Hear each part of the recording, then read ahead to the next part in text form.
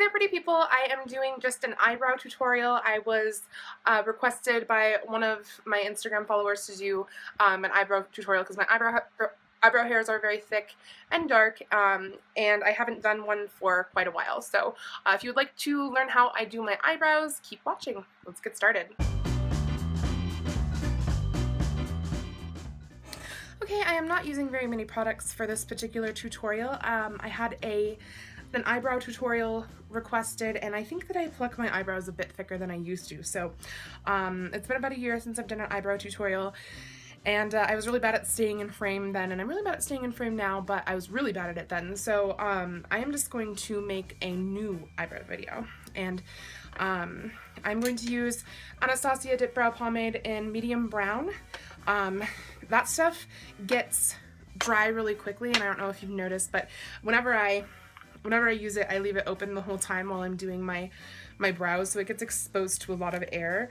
Duraline just really helps thin that out, and it is by Inglot, and it's $11, and it can also turn your pigments and eyeshadows into liners, and I just really love it. So I'm going to use those two products, as well as an It Cosmetics angled brush.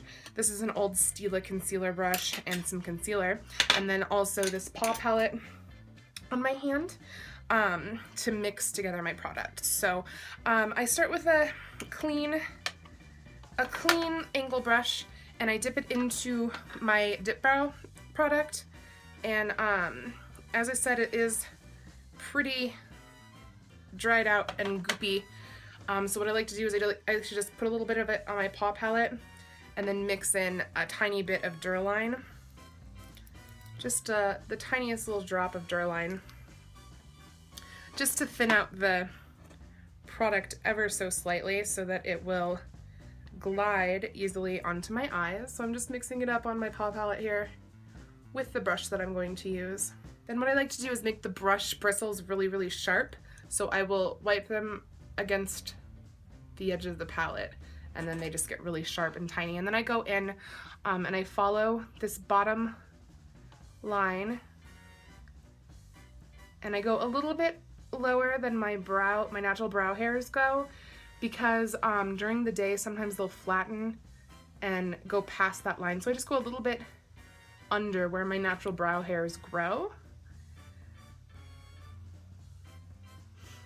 And these days I'm liking a less curved brow, so I don't curve it much out towards the outside.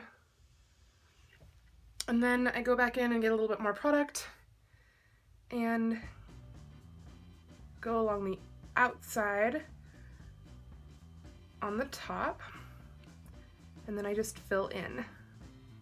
And as I get closer to the inside, I start to use a much lighter hand, and I just really finesse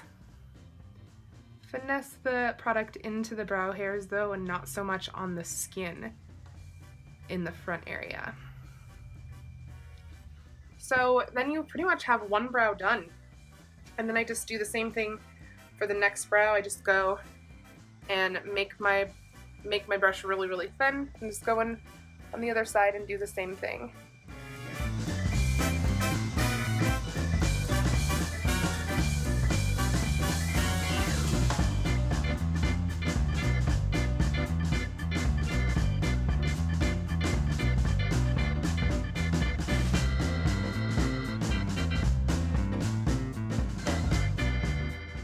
One of the important things you have to remember are that eyebrows are sisters, not twins, and I've spent so much time trying to get my eyebrows to be completely perfect matches to each other, with no luck and to no avail, really. So I just try and make them look nice as I possibly can, without just driving myself banana sandwiches trying to get them perfect and even and exactly the same. So then I go in with my concealer and my concealer brush, and I take a little bit of concealer, put it on my paw palette here, and then I dip just the very edge of my brush in, and then I draw underneath the line of my brow, the lower line of my brow.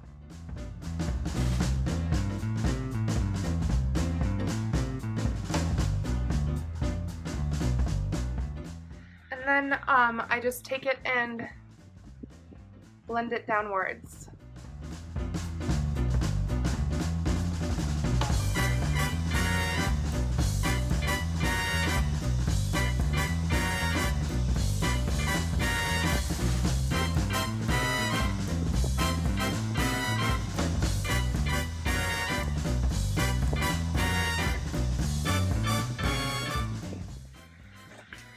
one tip that I have that I can't really do because I get Botox for migraines is it really helps to shape your brows, to furrow them, but this is as far as I can furrow. So it doesn't really help me, but with most people it really helps to furrow your brows. You'll see exactly where your arch is when you furrow. So my arch hits about right here. And it really helps when I do have use of those muscles, which I probably never will again. I'm likely going to have Botox for as long as they'll let me have it because it's very helpful for me. But furrowing helps for those of you who are able to. For those of you who aren't, then you're like me. So I hope that you enjoyed this video, and if you like this video, please like, comment, and subscribe. If you have any questions, comments, or requests, please leave them in the information box down below. I'll have all of the information on how to get in touch with me there. And thanks for stopping by. Thanks.